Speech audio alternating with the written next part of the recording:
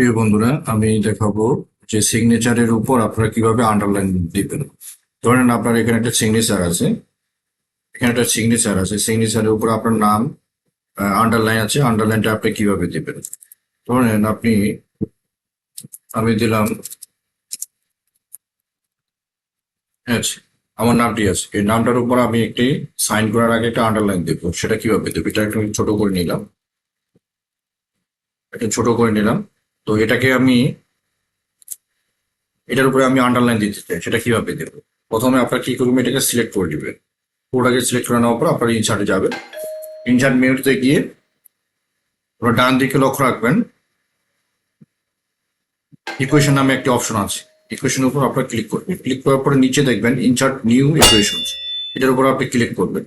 Click করার পরে আপনার উপরে দিকে লক্ষ্য রাখবেন, দেখেন এখানে অনেকগুলা নেম আছে। এর মধ্যে একটা অ্যাসেন্ট নামে একটি অপশন আছে, অ্যাসেন্ট, এটার উপর আপনার ক্লিক করবেন। ক্লিক করার পরে স্ক্রল করে নিচে আসবেন, অনেকগুলো আছে। এটাতে দেখবেন ওভার বার্স অ্যান্ড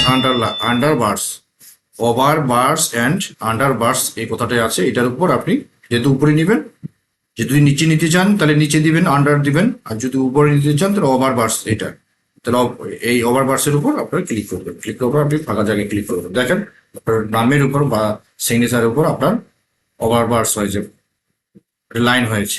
তো এভাবে কিন্তু আপনার কোনো সিগনেচার বা কোনো নামের উপরে আপনারা কোনো লেখার উপরে আপনারা কি দিতে পারবেন, আপনারা লাইন দিতে পারবেন। তো এই ছিল আজকের এই ভিডিওতে। ধন্যবাদ সকলকে।